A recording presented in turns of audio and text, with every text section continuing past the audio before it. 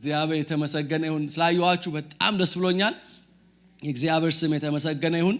ወደዚህ ለመምጣት ስጸልይ በተለይ በዚህ ወራት በእነዚህ በ2025 26 በልቤ ውስጥ የሚቀጣጠለው በአማኞች ህይወት ውስጥ በክርስቲያኖች ህይወት ውስጥ ያልተቆራረጠና ተከታታይነት ያለው መንፈሳዊ እድገት እንዴት ነው ሊኖር የሚችለው የሚለው ጉዳይ የኔ ሸክም ነው። በዚህ ሰዓት ማለት ያልተቆራረጠ ተከታታይነት ያለው መንፈሳዊ እድገት ውስጥ እንዴት ነው የምንገባው?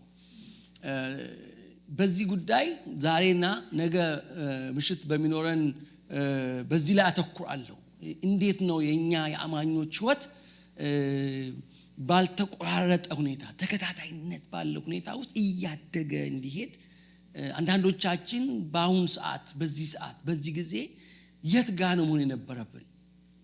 ጳውሎስ የዕብራውያን ክርስቲያኖችን አንዱ የሚሞግታቸው እንደዛ ነው አይደል? በዚህ ጊዜ አስተማሪዎች መሆን ሲገባችሁ ገና አሁንም አይደል ይላል።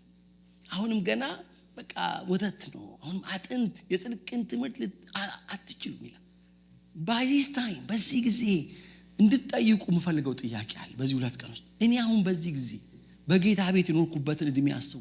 አንዳንዶቻችን 10 ዓመት ይሆናል፣ አንዳንዶቻችን 15 ዓመት፣ አንዳንዶች 20 ዓመት፣ 25 30 ዓመት ከዛም በላይ በጌታ ቤት ኖርናል።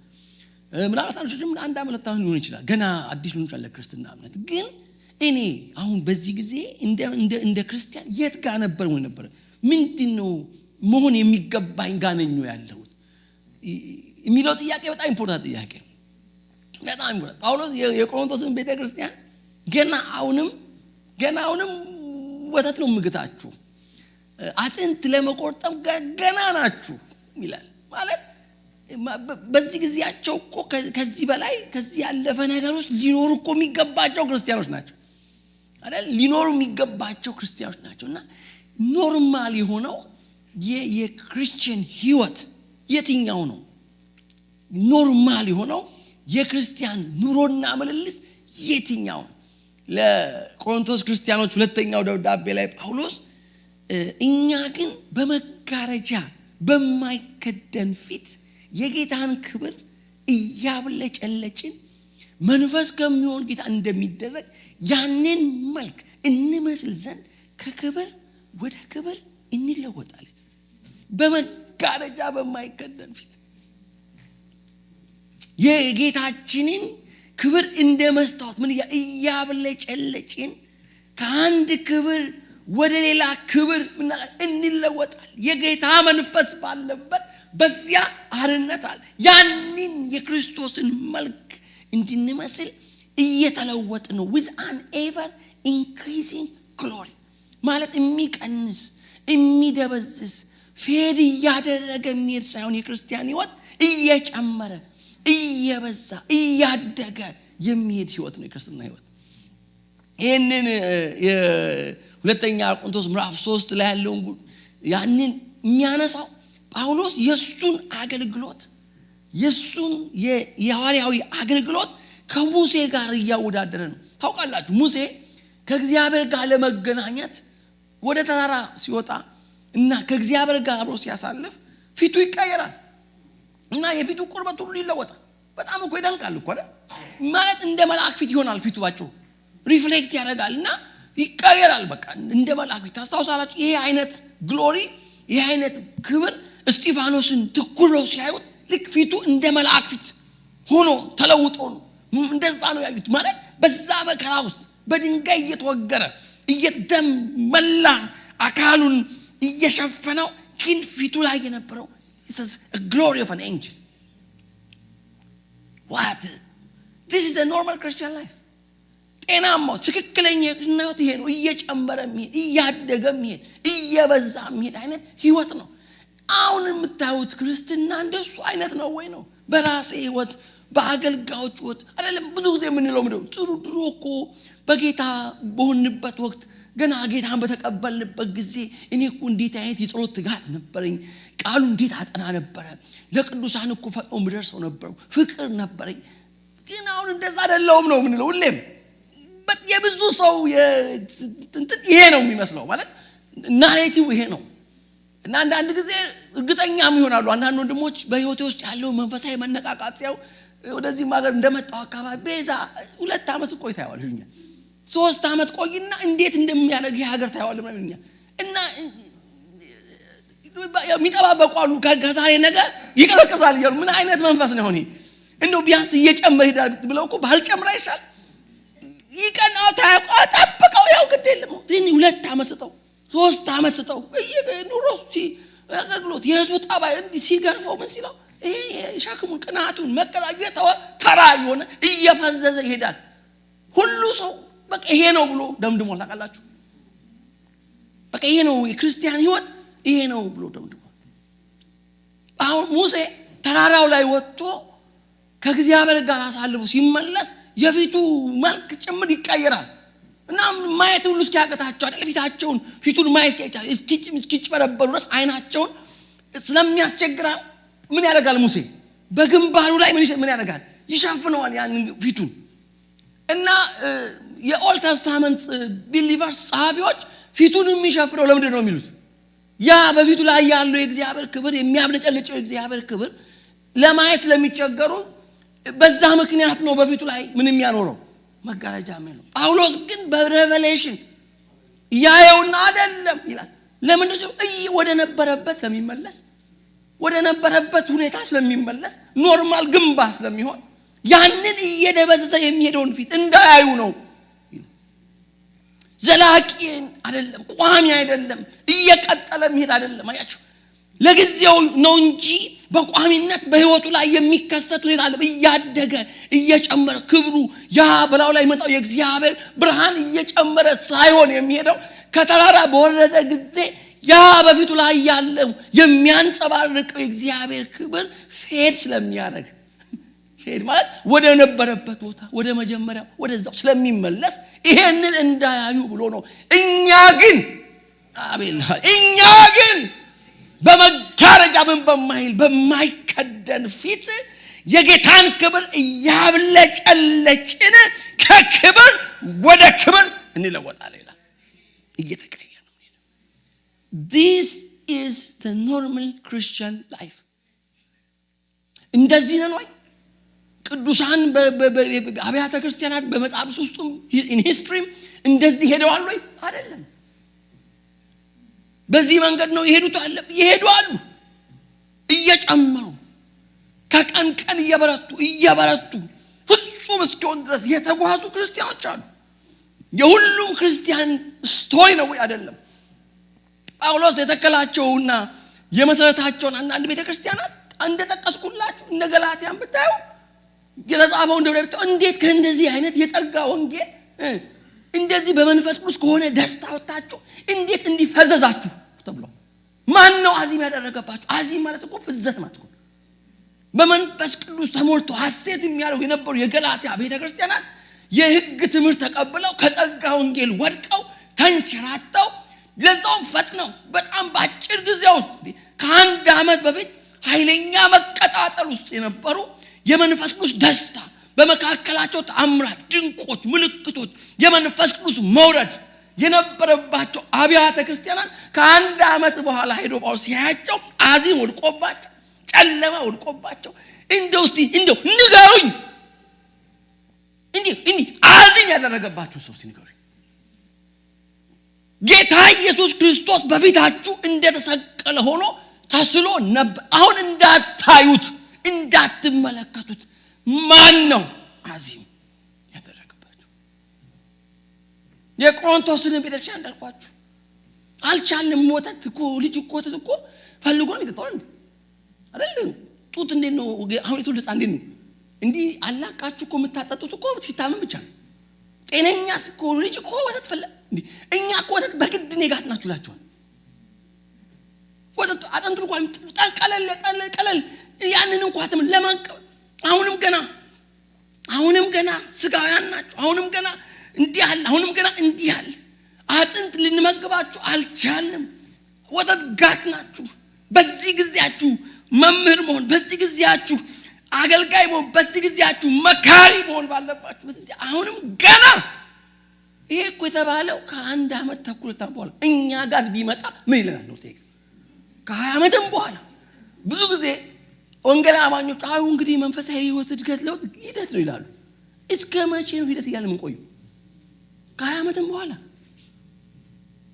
ከ10 አመትም በኋላ የመንፈሳዊ ህይወት ሂደት አይደለም I understand ማለት በዚህ ህይወት ሙሉ ፍጹም እንከን አልባ ህይወት እንደማይኖር አውቃለሁ ግን እየጨመረ ነው ህይወታችን እየበዛ ነው ህይወታችን ለዚህ ምሳሌ የሚሆኑኝ ቤተክርስቲያናት በተለይም አንደኛ ተሰሎንቄን ሁለተኛ ተሰሎንቄን ነው ዛሬና ነገ ማስጠናችሁ የሚያስደንቅ የሚያስገርም አይነት ምሳሌ የሚሆኑ ቤተክርስቲያን ስለሆኑ ማለት እንጸልይ እግዚአብሔር ሆይ በጌታ በኢየሱስ ክርስቶስ ስም ቃልህን ላክልን እየጨመረ የሚሄድ እየበዛ የሚሄድ ያልተቆራረጠ እያደገ የሚሄድ ህይወት እንድሰጠን በእነዚህ 2 ቀናት በዚህ መጽሐፍ ውስጥ አቤቱ ለሕዝብ ለሴትና ለወንዶች እንድትናገራቸው በጌታችን በመድኃኒታችን በኢየሱስ ክርስቶስ ስም ጸልያለሁ ክብር ላንተ ይሁን በጌታ በኢየሱስ ክርስቶስ ስም አሜን የአንደኛ ተሰሎንቄን መልእክት ጳውሎስ ሲጀምር ምዕራፍ 1 ቁጥር 2 ላይ ያለውን ላንብብላችሁ እንደዚህ ይላችኋል በጸሎታችን ያስታወስናችሁ ሁሉ ጊዜ እግዚአብሔርን ስለ ሁላችሁ እናመሰግናለን ለምንድን ነው የሚያመሰግነው ከእምነት የሆነውን ድካማችሁን ወይም ስራችሁን በፍቅር የመነጨውን ድካማችሁንና በጌታችን በኢየሱስ ክርስቶስ ባላችሁ ተስፋ የተገኘውን ጽናታችሁን በአምላካችንና በአባታችን ፊት ዘወትር እናስባለን ይሄንን ደብዳቤ ጽፍ ስለናንተ ሁሉ ጊዜ የሚገርም እኮ አልፎ እኮ አይደለም አንዳንድ ጊዜ እንዴ እኛ እኮ አንዳንዴም እንኳን ለማመስገን እኮ አንዳንዴ እኮ እንቸገራለን ስለ ቤተ ክርስቲያን ስለ አማኞች በመንጸልይበት ጊዜ በመንጸልይበት ሰዓት በመናስባችሁ ጊዜ በመናስታውሳችሁ ጊዜ ሁሉ ስለናንተ ሁሉ ጊዜ ስለ ያንዳንዳችሁ ደግሞ ነው የሚለው ስለ ሁላችሁ እናመሰግናለን ለምንድን ነው የሚያመሰግነው ማለት ሎተሪ ስለወጣላቸው ጃክፖት ላገኙ ቤት ሰርቶ ስለጨረሱ ነው ስላገቡ ነው ልጆች ስለወለዱ ነው ትምህርት ቤት ኮሌጆች ስለላኩ ነው እስከሆነ በሽታ ስለተፈወሱ ነው እስኩድ ይሁሉ ጥሩ ነው ማለት ቤተክርስቲያን ብዙውን ጊዜዋን እዚህ ላይ ታጠፋታላችሁ እንደው የመስጋና ርዕስ ከተባለ ቸርች ውስጥ ምንድነው የሚመጣው እንደው እግዚአብሔርን አመስግኑልኝ ካልኛ እንደው እምነቴ እያደገ ስለሆነ አይደል ፍቅሬም እየጨመረ ስለሆነ እንደው በተስፋ ስላገኘው ጽናት አመስግኑልኝ የሚል የመስጋና ባል ሰምታላችሁ ቸርች ውስጥ ጳውሎስ አብያተ ክርስቲያናት በሙሉ የጻፋቸውን ደብዳቤዎች ሁሉ ብታይ አንድም ቦታ ቴምፖራል በሆኑ ጊዜያዊ በሆኑ በህይወት ውስጥ በሚመጡና በሚሄዱ ጉዳዮች ጊዜያዊ በሆኑ ጉዳዮች በዚህ ጉዳይ አምላኬን አመሰግናለሁ ሲል አታገኙት እውነቱ ይሄ ማለት ይሄ ነገር የእግዚአብሔር ቸርነት አይደለም እያልኳችሁ አይደለም የእግዚአብሔር በጎነት አለ እኛ አሁን መዝሙራችን እሱ ነው ትንቢታችን እሱ ነው ስብከታችን እሱ ነው ትምህርታችን እሱ ነው እኛ በጳውሎስ ወንጌል ውስጥ በጳውሎስ ደብዳቤ ውስጥ በቤተ ክርስቲያናት በሁሉም በጻፋቸው ደብዳቤ ውስጥ ካመሰገናቸው የሚያመሰግናቸው ስለፍቅራቸው ከፍቅራችሁ የተነሳ የማየው ድካም አለ እፈርት አለ በክርስቶስ ኢየሱስ እምነት ደግሞም ካላችሁ ተስፋ ይሄ ተስፋ ደግሞ ጊዜያዊ ሳይሆን ዘላለማዊ ተስፋ። ከዛ የተነሳ በሚደርስባችሁ ልዩ ልዩ መከራ ሁሉ ሳትናወጡ አይደል ጸንታችሁ ስለቆማችሁ እግዚአብሔርን አመሰግነዋለሁ። እምነት፣ ተስፋ፣ ፍቅር እነዚህ ጸንተው ይኖራሉ። ከነዚህም ደግሞ የሚበልጠው ፍቅር ነው ይላል ጳውሎስ። ስለነዚህ ጉዳዮች ነው እቺን ቤተክርስቲያን ምንነብስ ምን ይላችኋል? ከእምነት የሆነውን ስራችሁን፣ በክርስቶስ ኢየሱስ ከማመን የመነጨው ስራችሁን፣ ከፍቅር የመነጨውን ድካማችሁንና በጌታችን በኢየሱስ ክርስቶስ ባላችሁ ተስፋ የተገኘውን ይህን ጽናታችሁን አስቡት። እነዚህ ሰዎች በተሰሎንቄ ኢምፔሪያል ሲቲ ውስጥ ማለት ለንጉሱ መስዋዕት በሚቀርብ አምልኮ በሚቀርበት በዚያ ከተማ ውስጥ የጣዖት አምልኮ በሞላበት ከተማ ውስጥ ከጣዖት አምልኮ ሕያውና እውነተኛ የሆነ አምላክ ለማምለክ ሲዞሩ የሚደርስባቸው መከራ አስቡት። ጳውሎስ ከወጣ በኋላ ሁሉ ይጨነቅ ነበር። እነዚህ ሰዎች በእምነት ጸንተው ቆመው ይሆኑ ይብሉ መከራ ተፈትነው ተንሸራተው ይሆኑ ወድቀው ይሆኑ ወይ ወደ ኋላ ተመልሰው ነው ብሎ በጣም ይጨነቃልና መልእክተኛ ልኮ ሁሉ አጣርቷል። እና መተው እነዚህ ክርስቲያኖች አሁንም ጸንተው በእምነት እንዳሉ በነገሩን ጊዜ እንዴት ደስ እንዳለኝ ይላል። ለእግዚአብሔር ምን ያህል ምስጋና ላቀርብ እንደሚገባኝ አላውቅም ሁሉ ይላል። እና ይሄ ጽናት የመነጨው ከምንድን ነው? ለምን ቆሙ? መከራው ያልቃል፣ አይዟችሁ ጊዜያዊ ነው ተብሎ እኮ አይደለም። ከተቀበሉት ዘላለማዊ ተስፋ ሚላችኋል። በኢየሱስ ክርስቶስ ባላችሁ ተስፋ የተገኘውን ጽናታችሁን በአምላካችንና በአባታችን ፊት ዘወትር እናስባለን ይላል። የሚገርም እኮ ነው። ምዕራፍ 4 ቁጥር 1 ላይ እንደዚህ ይላችኋል፣ በቀረውስ ወንድሞች ሆይ እግዚአብሔርን ደስ ለማሰኘት እንዴት መኖር እንደሚገባችሁ አስተምረናችኋል፣ በእርግጥም እንደዚያው እየኖራችሁ ነው ይላል። ዋው! እኛ በየቀኑ ኑሩ ምንባለው እምንቆጠቆጥ መቼ ነው? እየኖርሽ ነው፣ እየኖርክ ነው ምንባለው። እስቲ መቼ ነው? እኔ ጌታ ይመስገን በእውነት በፍቅር እየተመላለስኩ ነው፣ በእውነት በእምነት እየተመላለስኩ ነው። በቃ በክርስቶስ ካለ ተፈጸጸን መቼ ነው? ምን ነው ይሄ ጳውሎስ እንደሚባል የሚገርም እኮ ነው። እንደዛ አስተምረናችኋል ካለ በኋላ በእርግጥም እንደዚያው እየኖራችሁ ነው። በትምህርቱ በትእዛዙ እየሄዳችሁ ነው፣ እየኖራችሁበት ማለት ኑሪ አድርጊ አታርጊ እኮ ነው ጭቅጭቅ ሆነኛል ነው። ቁጥር 9 ምዕራፍ 4 ላይ ቁጥር 9 ላይ ስለ ወንድማማች መዋደድ ማንም እንዲጽፍላችሁ አያስፈልጋችሁ። ጽሁፍ ይሄ ትምህርት አያስፈልጋችሁ። ለዚህ ለምትኖሩትና ለምታደርጉ ነገር ትምህርት አያስፈልግም እኮ። ምክንያቱም እርስ በርሳችሁ እንድትዋደዱ እናንተ ራሳችሁ ከእግዚአብሔር ተማራችኋል። በጣም ነው የምትዋደዱ። ስለዚህ ወንድሞቻችሁን ውደዱ ተብሎ ሊጻፍላችሁ እንኳን አያስፈልጋችሁ። ቁጥር 10 ላይ አይደለም በእነሱ መካከል ወንድሞች በመላይቱ መቄዶንያ የሚገኙትን ወንድሞች ሁሉ እንደምትወዷቸው የታወቀ ነው። ምን ማለት ነው? በፊኒክስ ያሉትን ሁሉ በዚህ በዌስት ኮስት ያሉትን ቅዱሳን ሁሉ ፍቅራችሁ እኮ ለምታውቋቸው አጠገባችሁ ለምታዩዋቸው ብቻ ሳይሆን እኛ እኮ አጠገባችን ላለው በየቀኑ ለምናየው ለምናገኘው በየሰንበቱ ለምናገኘው አብረን ለምናመልከው ሰው እንኳን አንዳንዴ ፍቅር ይጎለናል። እነዚህ ክርስቲያኖች ለማያውቋቸው መቄዶንያ ውስጥ ላሉ፣ ፊልፓይ ላሉ፣ ተሰሎንቄ ላሉ፣ በተለያየ የአውሮፓ ከተማ ላሉ ቅዱሳን ሁሉ እንዴት ያለ ፍቅር እንዳላችሁ የታወቀ ነው። ኢየሩሳሌም ለሚገኙ ድሆች እኮ ገንዘብ ሲሰበሰብ እነዚህ የተሰሎንቄ ክርስቲያኖች በስደት ውስጥ ያሉ ናቸው፣ በመከራ ውስጥ ያሉ ናቸው። ከዛም አልፎ ደግሞ ድህነት ተጭኗቸዋል። ለምን ይውላችሁ አማኝ መሆን በዚህ ዘመን በዚህ ጊዜ አማኝ በዚህ አይነት ኢምፔሪያል ሲቲ ውስጥ እየኖርክ አማኝ መሆን ከብዙ ነገር ውስጥ ነው የምትፈናቀለው። ከስራ ትፈናቀላለህ፣ ከቤት ትፈናቀላለህ፣ ከትዳር ትፈናቀላለህ፣ ከብዙ መሰረታዊ ማህበራዊ ጉዳዮች ጭምር የምትፈናቀል። ስራ ለመቀጠር አትችልም። ካለ ስራም ከዛ ስራ ትወጣለህ። ምክንያቱም ስራው ማህበራዊ ህይወቱም ሁሉም ከጣዖት አምልኮ ጋር የተያዘ ነው። ትምህርቱ ሁሉ ነገር የተሳሰረ ከጣዖት አምልኮ ሕያው የሆነውን እውነተኛውን አምላክ ለማምለክ ፊትን ስትመልስ ከብዙ የህይወት ጉዳዮች ውስጥ ተነቅለህ ትወጣለህ።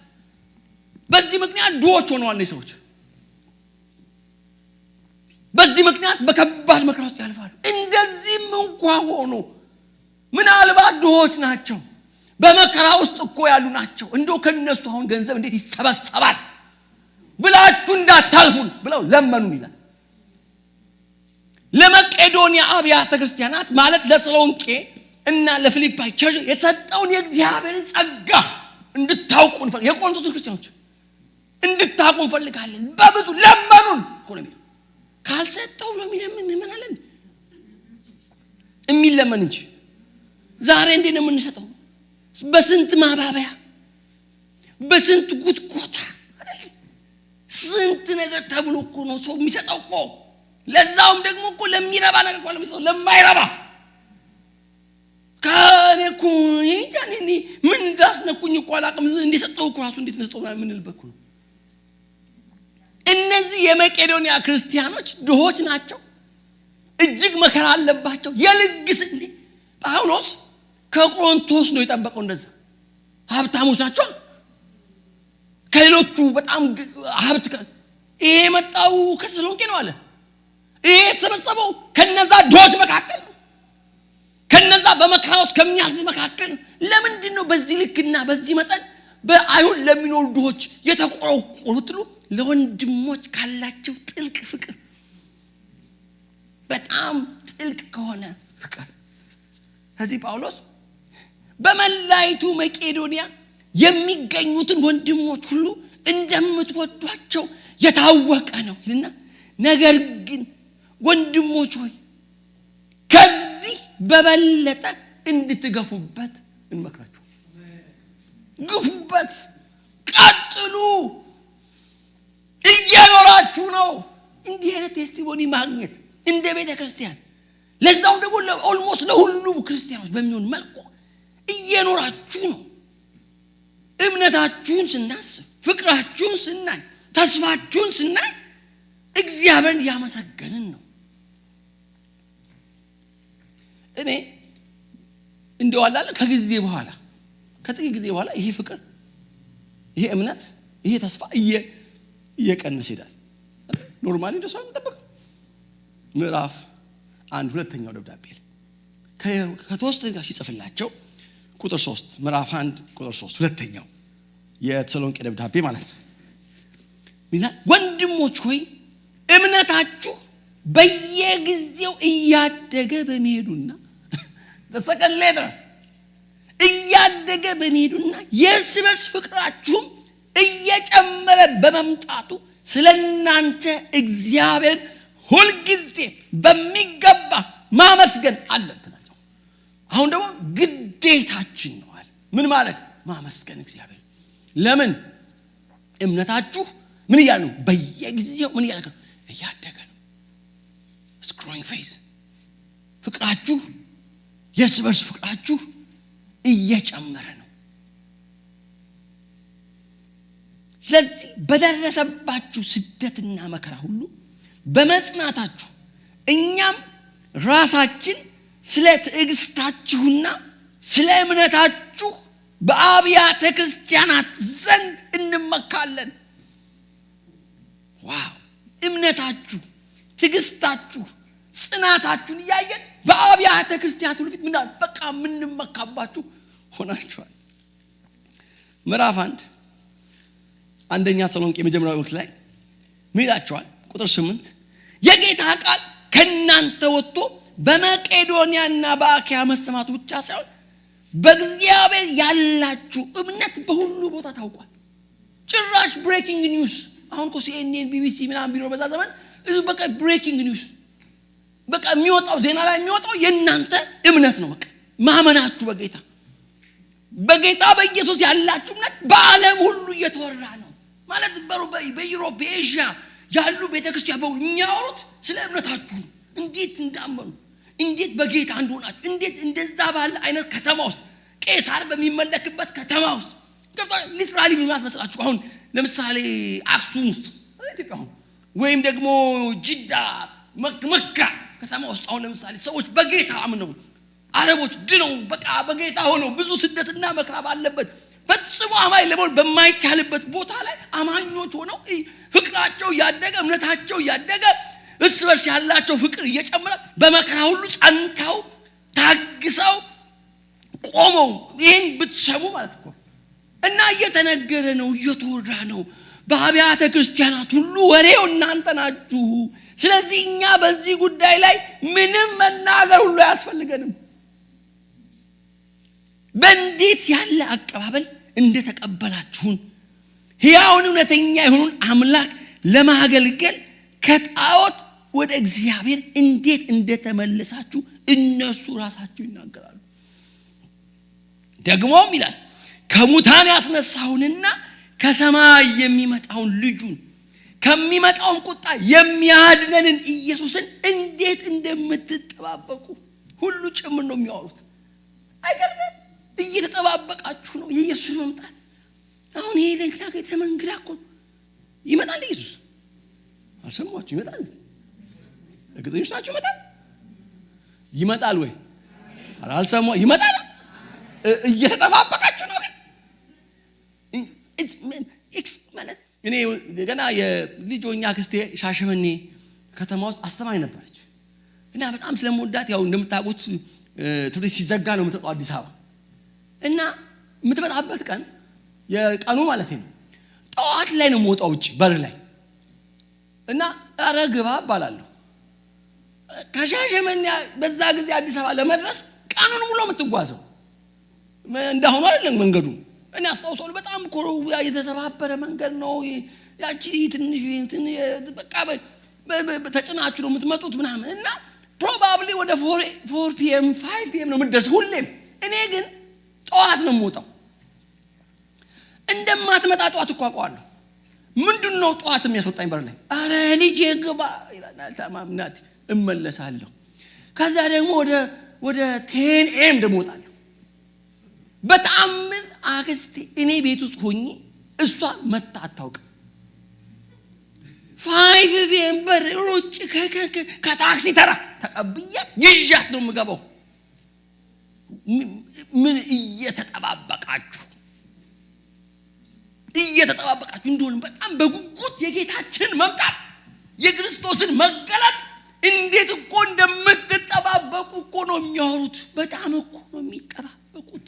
በጉጉት ነው እኮ የኢየሱስ መምጣት የሚጠብቁት። እምነታቸው እኮ ፍቅራቸው ማለት እንዲህ የሚወራለት ቤተክርስቲያን ነበር ታውቁ።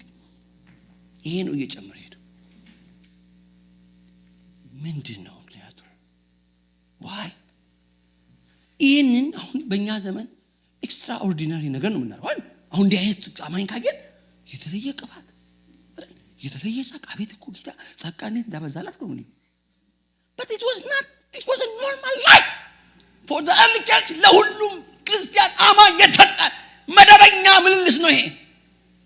it's a normal Christian life ማችማን ያንድ መጽሐፍ አሏል the normal Christian life እንደሱ ማለት ኖርማል በቃ በመደበኛነት ከያንዳንዱ ክርስቲያን አማኝ ከሆነ የእግዚአብሔር መንፈስ በውስጡ ካለበት ሰው የሚጠበቅ ነው። ይሄ እኮ ኮቨናንት ላይፍ እኮ ነው። እግዚአብሔር እኮ በኋለኛው ዘመን ቃል ኪዳን እገባለሁ አይደል ከእስራኤል ጋር ይሄንን የድንጋይ ልብ አወጣለሁ አይደል የሥጋ ልብ እሰጣቸዋለሁ በውስጣቸው መንፈሴን አኖራለሁ በሕጌና በሥርዓት ያስኬዳቸዋለሁ ያለው የኪዳን ሕይወት እኮ ነው። እኮ በእግዚአብሔር ልጅ በክርስቶስ ኢየሱስ የሚያምንና መንፈስ ቅዱስ በውስጡ ያለበት ያደረበት አንድ ክርስቲያን መታወቂያ እኮ መሆን ነበረበት። ኖርማል እኮ ይሄ ነው። ትክክለኛው እኮ ይሄ ነው። ከአንድ ክርስቲያን ከአንድ አማኝ ጳውሎስ እኮ እንደዚህ ሆነዋል የሚለው እኮ እነዚህ ክርስቲያኖች ፕሮባብሊ ከ6 ወር እስከ 1 ዓመት የሚሆናቸው ናቸው። እኛ እኮ ዛሬም 20 ዓመት ሆኖን 30 ዓመትም ሆኖን አሁንም ገና ተው አቤት እግዚኦ መሐረነ ክርስቶስ እንደ ሕፃን ገና ዛሬ እንደተወለደ ልጅ አሁን ይውላችሁ ማለት ልጅን እኮ በእድሜው ተው እኮ ያምራል አይደል የአንድ ዓመት ልጅ የ6 ወር የ2 ዓመት ልጅ እኮ ታይ የ25 ዓመት ጎረምሳ የ30 ዓመት ጎረምሳ የ28 ዓመት ወጣት የ40 ዓመት የ50 ዓመት ሽማግሌና አሮጊትንም ተው እንዴት ይሆናል? እንዴት ይሄ ኖርማል ሊሆን ይችላል? የልቤን ማጫወታችሁ እንዴት ይሄ ትክክል ሊሆን ይችላል? There is something wrong. There is something wrong in our life, in our churches. አንድ ያልተስተካከለ ነገር አለ። አንድ የተበላሸ ሊታረም የሚገባው ጉዳይ አለ ማለት ነው። እንዲህ ልኖር ሲገባ ለዚህ የተጠራ ህዝብ እንዲህ ላለው የተጠራ ህዝብ አሁን እንዲህ አይነት ሁኔታ ውስጥ ሆኖ ስታዩት በትናንሽ በጣም ጥቃቅን በሆኑ ጉዳዮች እርስ በርሱ የሚለያይ የማይተባበር አብሮ መሆን የማይችል ይቅር የማይል ምህረት የማያደርግ በትጋት የማያገለግል ጽድቅን የማይከተል እውነትን የማያደርግ በልግስና የማይኖር የማይጸልይ የማይጾም ጸልዩልኝ ብቻ የሚያበዛ እንደዚህ አይነት አማኝ ሆናችሁ አማኝ ሆነን አገልጋዮች ሆነን ትክክል ነው ካላችሁ I don't think so. ፖል ከዚህ የወጡትን ማን ነው አዚም ያደረገባችሁ ነው ያላችሁ አይደል? እናንተ እኮ በፊት አይናችሁን አውጣችሁ ስጡኝ ብላችሁ ትሰጡኝ ነበር። እንዲህ የምትሉ የነበራችሁ አይን አውጣችሁ ትሰጡኝ ነበር። አሁን እንዲህ እንዳታዙ አመፀኛ ያደረጋችሁ እንዲህ ክቡ ያደረጋችሁ ምንድነው? እንዲህ የነበራችሁ what happened? ለምንድነው ያ ፍቅራችሁ ያ እምነታችሁ ያ ተስፋችሁ ያ ፍቅራችሁ ያ እምነታችሁ ያ ተስፋ ያ ፍቅራችሁ እንዴት ሄደ? እንዴ በዚህ ጊዜ እናንተ አስተማሪዎች መሆን ሲገባችሁ አሁንም ገና ልክ እንደ ሕፃናውንም ወተት እንዴት እንግታችኋል? ገናውንም ሰው ብቻ ናችሁ። ገናውንም ስጋውያን ናችሁ። This is the assess people እንዴት ሊሆን ይችላል እኮ እርስ በርሳቸው ተጋዛው ፍርድ ቤት የሚቆሙ ተዋዳችኋል፣ ተሸንፋችኋል ያላችሁ አይደል? ተዋዳችኋል። ለዛው ወንድሙን ይከሳል አይደል? ብቻ አይደለም ደግሞ በመናፍርባቸው ሰዎች ፊት እኛ በመናፍርባቸው በውጭ ያሉት እኮ በሁሉ ኑሯቸውን እያየ የሚያፍርባቸው እኮ ናቸው። ከዚህ ፍሬ ከሌለው አይደለም ከጨለማ ህይወት ጋር አትተባበሩ። በፊት ጨለማ ነበራችሁ፣ አሁን ግን በጌታ ብርሃን ናችሁ። ፍሬ ከሌለው ከዚህ በፊት የነበረን ያ ኑሮና ህይወት እኮ የምናፍርበት እኮ ነው እንጂ እንደው ደረታችንን ገልብጠን እንዲህ በቃ እኔ እኮ በጌታ ሳልሆን እኮ ብለን የምንኖር ህይወት አለ? የለንም። ምናልባት ጻድቅን ብንመስል እንመስል ነበር አይደለንም። አልነበርንም አይደለንም። በጣም ትሁት ምናምን ይመስላል ሰውዬው ውስጥ ምን የመሰለ ትዕቢትና ክፋት ነበረ። ጳውሎስ በምናፍርባቸው ሰዎች ዘንድ ሄዳችሁ እነሱን ዳኝነት ጠየቃችሁ። በእናንተ መሀል እንዲህ ያለውን ጉዳይ ለማየት የሚበቃ ሽማግሌ የለም፣ ጥበኛ የለም። እናንተ በመላእክትና በዓለም ላይ የምትፈርዱ ዓለምንና መላእክትን ለማስተዳደር የምትጠበቁ እናንተ በዓለምና በመላእክት ላይ ዳኝነት የምትሰጡ ሰዎች፣ ለዳኝነት የምትቀመጡ ሰዎች፣ ዓለምንና መላእክትን እንቁጭብር ጀጅ የምታደርጉ ሰዎች ለዚህ የሚሆን መሀላችሁ ይጠፋል። በእውነት ተሸንፋችኋል፣ ወድቃችኋል ነው ያላችሁ። ይህንን ከኛ የሚጠበቀውን ኤክስፔክት የሚደረገውን አድመቀን ካላወጣ ነው አሁን በቃ ልክ ነው ይገባኛል እንጂ አይነው ዓለም በጣም አስቸጋሪ ነው። አይ እንደምታውቂው ነው ኑሮ እኮ ሁሉም እኮ አንድ ዓለም ውስጥ ነው የሚኖሩ። እነዚህ እዛው ዓለም ይኖሩት፣ ቆሮንቶስም እዛው ዓለም ውስጥ ይኖሩት እና እኛው ኤክስኪውዝ እንፈጥራለን። እንዲህ ያልሆንኩበት ያው ኑሮ ታውቀው የለ ፓስተርዬ እንግዲህ መቼም ያው ታውቀው አሜሪካ ነው እንግዲህ አይሞላ እንደው እኮ በቃ ምናምን እንዲህ ብለን እንዴት ራሳችንን እንሸነግለዋለን? ነው የተጠራንለት ህይወት ይሄ ነው። እየጨመረ ይሄ ማለት በህይወት መንገድ እንዲና እንዲህ የለም እኮ አይደል?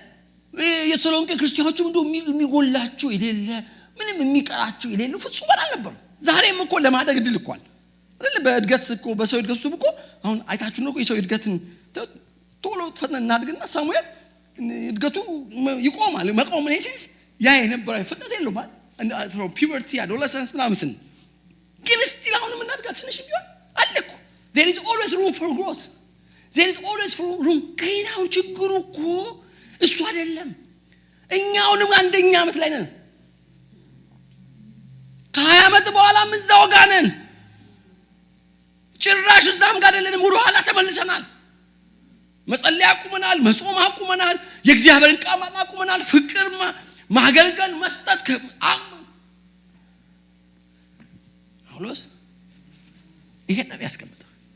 this is expectation the new testament life እንደዛ አይደለንም። እኛ እንደ ሙሴ አይደለንም ማለት ፊቱ ላይ መጋረጃ እንዳደረገው አይደለንም ማለት እንዳያዩ እኮ ነው አለ።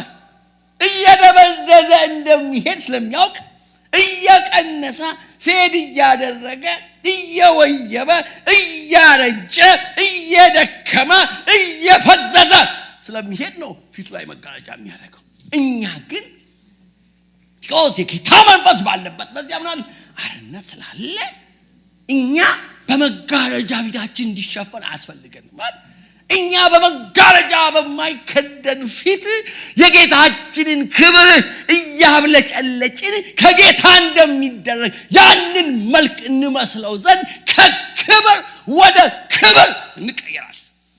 from glory glory from glory to glory ይሄ ማለት ነው የቅዱሳን ሕይወት እየጨመረ እያደገ የሚሄድ እምነት። ለዛውም የሚያመሰግነው ስለ እምነታቸው ነው፣ ስለ ፍቅራቸው ነው፣ ለተስፋቸው። ዛሬ ከዚያ ምን ያህል እንደራቀን አስቡ። እኛ ዛሬ ጌታን የምናመሰግንበት ጉዳይ ምንድን ነው? አሁን ስንጸልይ ደስ ብሎ ሐሴት እያደረግን ጌታ አመሰግናለሁ በክርስቶስ ስላለኝ እምነቴ እያደገ ስለሆነ በአንተ ላይ ያለኝ እምነት እየጨመረ ሃሌሉያ ፕሬዝ ጋድ አመሰግናለሁ። ክብር ላንተ ይሁን አቤቱ የሰጠኸኝ ፍቅር ለአንተ ያለኝ ፍቅር ለወንድሞች ያለኝ ፍቅር እያደገ ነው እየጨመረ እየበዛ ነው። አመሰግናለሁ እግዚአብሔር። ደግሞ ብዙ ተግዳሮት አለ በህይወቴ፣ ፈተና አለ፣ ውጣ ውረዶች አሉ፣ የማይመቹ ጉዳዮች አሉ፣ ከእምነት ወደ ኋላ እንዳፈገፍግ የሚያደርጉኝ ብዙ ፈተናዎች አሉ። የልጅ አለ፣ የትዳር አለ፣ የህይወት አለ፣ የኑሮ አለ። ግን በዚህ ሁሉ ደግሞ ስለጸናሁ መጽናት ስለሰጠኝ ካለኝ ተስፋ ይሄ ጊዜያዊ እንደሆነ አሁን የምናየው የምንቀበለው መከራ ምንም እንዳይደለም ይሄ ስቃይ ምንም ስለምንቆጥር ከሚገለጥልኝ ክብር አንፃር ይሄ ምንም አይደለም ብዬ በእምነቴ ስለጸናሁ ፍቅሬም እምነቴም እየጨመረ ስለሆነ በእምነት ስለቆምኩ ስላልተንሸራተትኩ አመሰግናለሁ። ማን ነው ይሄን ዛሬ የሚል? ማን ነው በዚህ ጉዳይ የሚያመሰግን? ጳውሎስ በሁሉም ደብዳቤዎች ውስጥ ካመሰገነ ስለ ክርስቲያኖች የሚያመሰግነው በዚህ ምክንያት ነው። ምንድነው ነው? what is the secret? በተሰሎንቄ ክርስቲያኖች ሕይወት ውስጥ ይሄን ያደረገው ምንድነው? ስንት ሰዓት ነው ማቆም? ምን ችግር የሚቆሙን ሰዓት ላይ ንገሩኝ። ነገ ቀጥለዋለሁ። እዛ ነው መጨረሻ። ስለዚህ 9 ማለት ነው። ይሄ ሳይሰራ ፊት ለፊት ያለው ሰዓት እሺ 9 ይጨርሳል። አንደኛው ብቻ ላስ አንዱና የመጀመሪያው እነዚህ ሰዎች እነዚህ ክርስቲያኖች ወንጌል የተቀበሉበት መንገድ ኤክስፒሪየንስ ኮንቨርሽን ኤክስፒሪየንስ የሚባል ሲጀምር ቁጥር 6 ላይ ትንካው ቁጥር 6 ላይ ነው ቁጥር 4 ጀምሮ አንበው። በእግዚአብሔር የተወደዳችሁ ወንድሞች ሆይ እርሱ እንደመረጣችሁ እናውቃለን።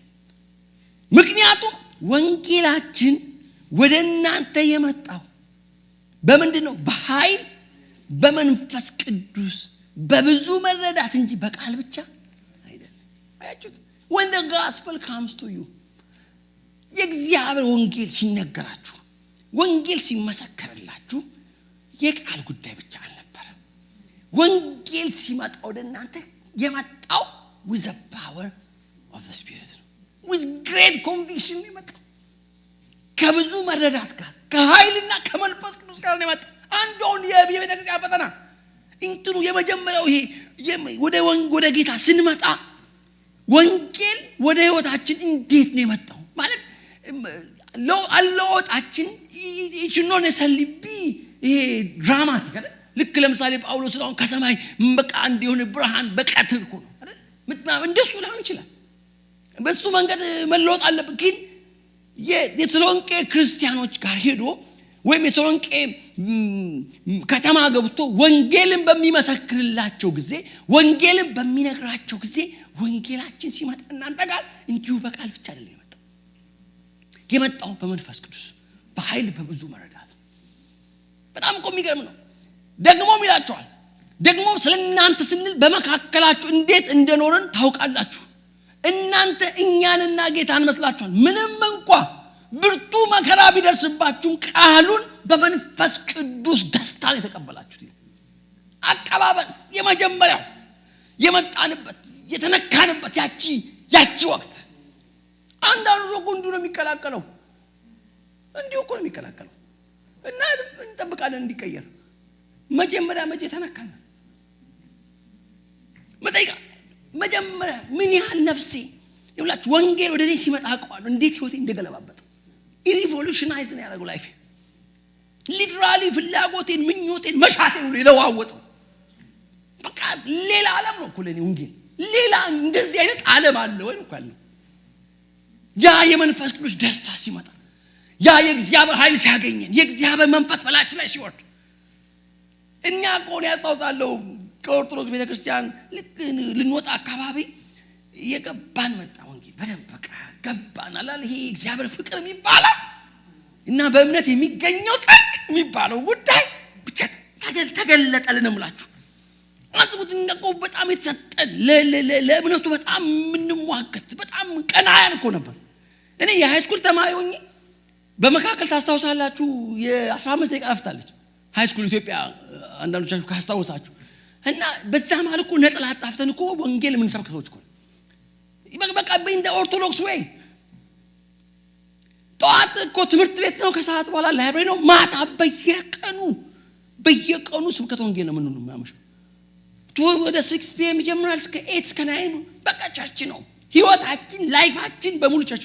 እኔ አባቴ በጣም ይሰጋ ነበር እንዴ ልጄ መነኩሴ ልትሆን አሰብክ እንዴ በጣም ጎበዝ ተማሪ ነኝ ነው ትምህርት ቤትም በጣም የምጠበቅ ነኝ በቃ ውጤት ያመጣል ተብሎ ብራ ኧረ አያያዝ አላማረኝም ማለት ጊዜ ዲመነኩሴ ልትሆን ፈለክ። ምክንያቱም እንጾማለን እንጸልያለን 7 አጽዋት ታውቃላችሁ የሚባለው አንዱ አይቀረንም እስከ 6 PM ነው የምንጾመው።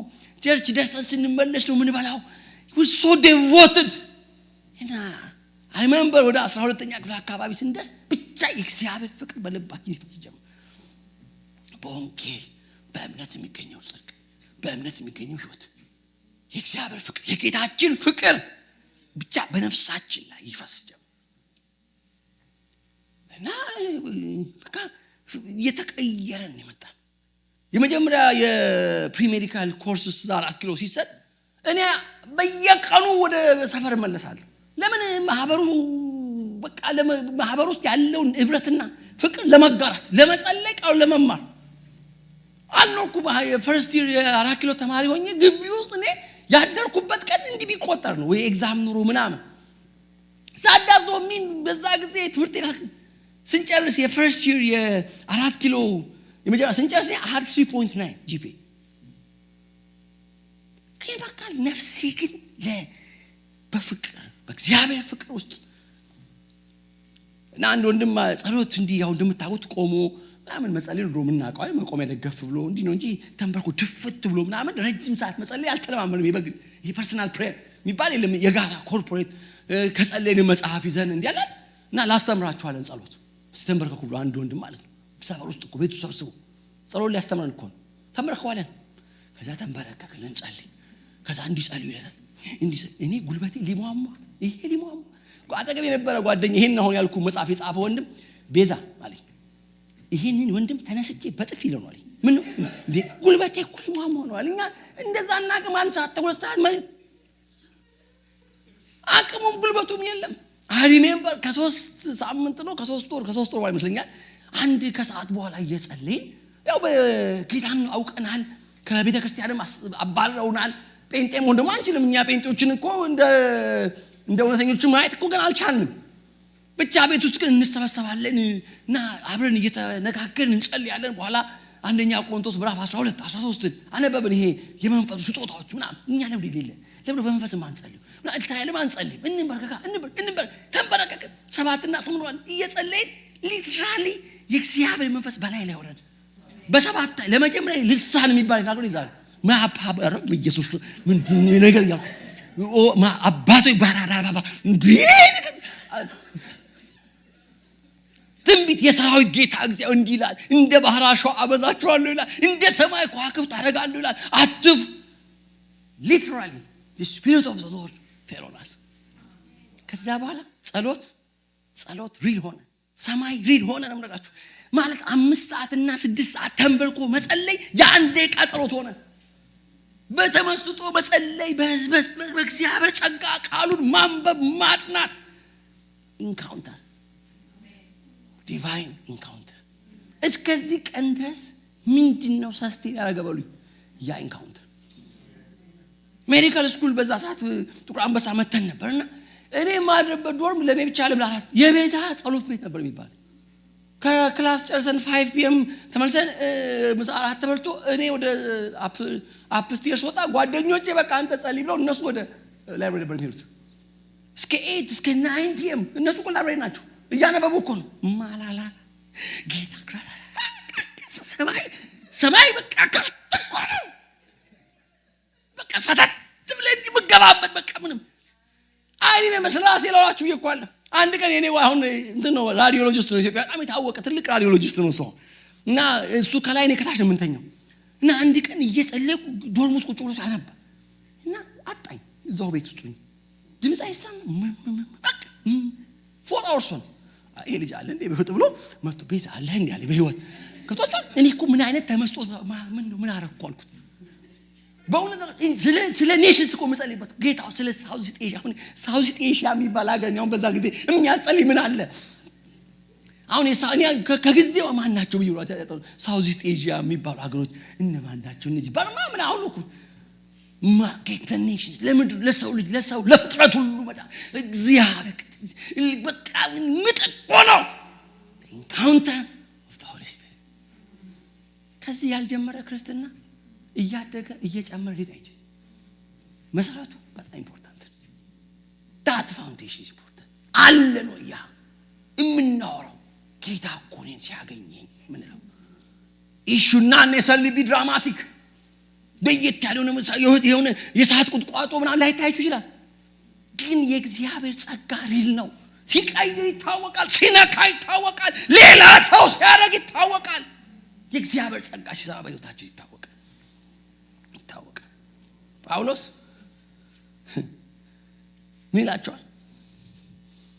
ቁጥር 13 ምዕራፍ 2 ላይ ከኛ የሰማችሁትን የእግዚአብሔርን ቃል በተቀበላችሁ ጊዜ በእናንተ በምታምኑት ዘንድ በእርግጥ እንደሚሰራ እንደ እግዚአብሔር ቃል እንጂ እንደ ሰው ቃል አድርጋችሁ ስላልተቀበላችሁት እግዚአብሔርን ያለማቋረጥ you received it as a very word of God። እንደ ሰው ቃል ይሁን የጳውሎስ የጢሞቴዎስ የሲላስ ሳይሆን የእግዚአብሔር ቃል ነው ብላችሁ የተቀበላችሁ። ስለዚህ በእናንተ በምታምኑት ዘንድ ሰራ ይላል። So the first encounter, that first experience በጣም ፋንዳሜንታል ነው። በጣም አሁን ይጨነቃል። አሁን ወደ ጌታ የሚወጡ ወንድሞች ተነክተው ይምጡ እንዲሁ ደስ ስለምንላቸው ይምጡ አላውቅም። በቃ አሁን የሚተቀላቀል ያለው ወደ እፈራለሁ። እኔ በጣም ነው የምፈራው። የልቤን ነው የምላችሁ። ምን ሰምተው ምን አይተው ምን ነክቷቸው ለምን እንደተቀላቀሉ በጣም ግራ ነው የሚያጋባው። በጣም አዝናኝ ስለሆነ ነው ጉባኤያችን፣ መዝሙሮቻችን ኢንተርቴኒንግ ስለሆኑ ምን ፈልገው እንደተጨመሩ። ጌታ ኢየሱስ እኮ የሚከተሉት እነዛ 5000 የሚሆኑትን ሰዎች ስለጠገባችሁ ነው ስለበላችሁ ነው እንጂ ስላመናችሁብኝ አይደለም እኮ ብሏቸው።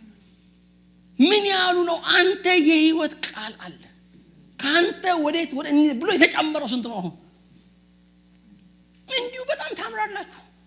በስመአብ ጴንጤ ካልሆነማ ፋርነት ነው የሚልኮቷል። አሁን እኮ እንደሱ እኮ በጣም እኮ ማለት በትክክል የእግዚአብሔር ጸጋ ወንጌል ተሰብኮ ወንጌል ተነግሮ ሰዎች በወንጌል ቃል ተወቅሰው በኃጢአታቸው ተጸጽተው ስለ ኃጢአታቸው አዝነው በኃጢአት ምክንያት የሚመጣውን ቁጣ እና ፍርድ ገብቷቸው የሚገለጥ የእግዚአብሔር ቁጣ በአመፅ እንዳለ ተረድተው ከልብ ተጸጽተው አዝነው አልቅሰው ንስሐ ገብተው ተናዘው በዚህ መንገድ ከጨለማ ወደ ብርሃን ይምጡ እንዲሁ ይቀላቀሉን ጌታ ብቻ ነው የሚያውቀው። አሁን ብዙ እንክርዳድ አለ።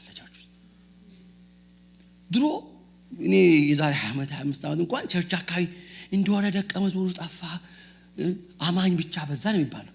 እኔ አሁን አማኝ ሳለ ወይ አሁን ደግሞ ያልኩ ነው እየተቀላቀለ ያለው አምኖ ነው ስላመነ ነው ወንጌል ተመስክሮለት ነው እንዴ? አሁን የሚነገረውን በየሚዲያው የሚሰበከውን ሰምቶ የመጣ ሰው እንዴት አማኝ ሊባል ይችላል? ወንጌል መቼ ተነግሮት ወንጌል መቼ ይሰበካል? አሁን ኤጎ ወንጌል ተነግሯቸው እኮ ነው። ወንጌላችን ወደ እናንተ በመጣ ጊዜ ይሄ ወንጌል እኮ ስለ ልጁ ስለ ኢየሱስ ከሚመጣው ቁጣ ምን የሚያድን አለ። የሚመጣ የእግዚአብሔር ቁጣ በኃጢአተኞችና በአመፀኞች ላይ የሚገለጥ የእግዚአብሔር ቁጣ ከሱ የሚያድናችሁ ይሄ ከሙታን የተነሳው የእግዚአብሔር ልጅ ነው ተብሎ ተሰብኮላቸው እኮ የዳኑ ናቸው።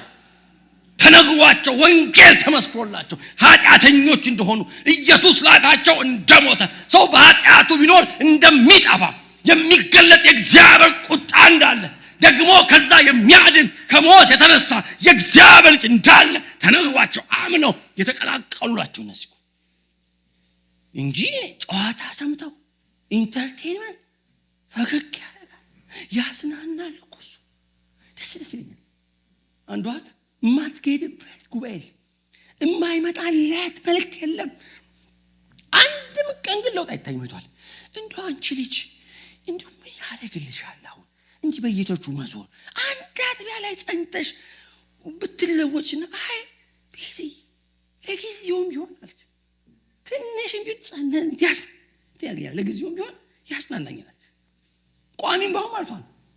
እና እስከ መቼ ነው የትኩሳት ማቀስቀሻ የህመም ማቀስቀሻ እየተወጋ አንድ ቀን እኮ ድፍት ነው ምንለው አንድ ቀን ድፍት ትላላችሁ አትጠራጠሩ።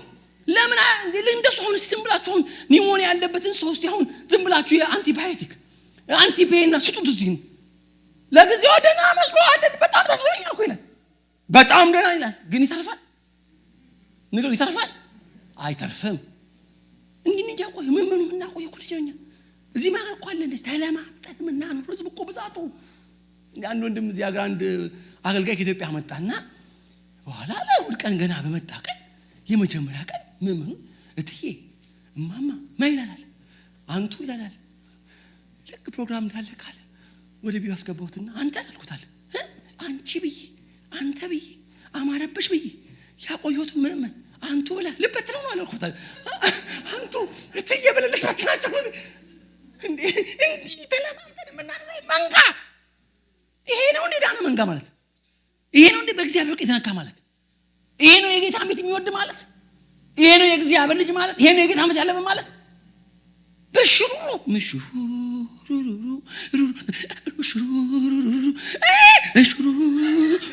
እንዴ መጣነው ምን የሆነ እኮ ነው እንደዚህ ምን እና ዘመጣ ይነገሩኝ እኮ ነው ቤዛ እዚህ ሀገር ምን እንዲቆዩ ከፈለክሽ ያርግማሽ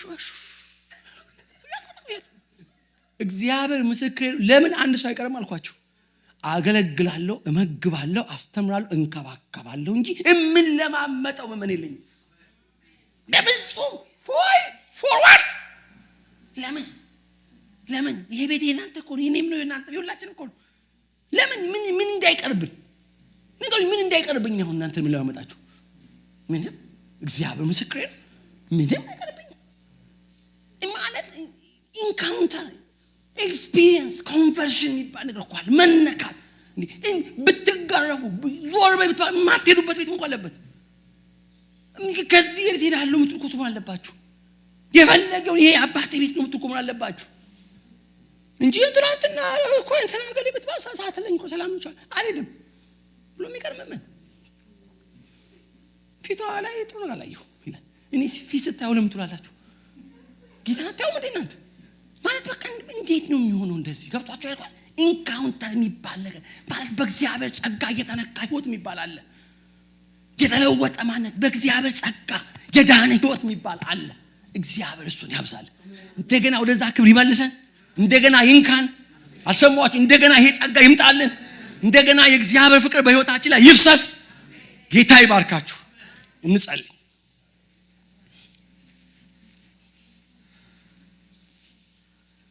ጌታ ሆይ እናመሰግናለን።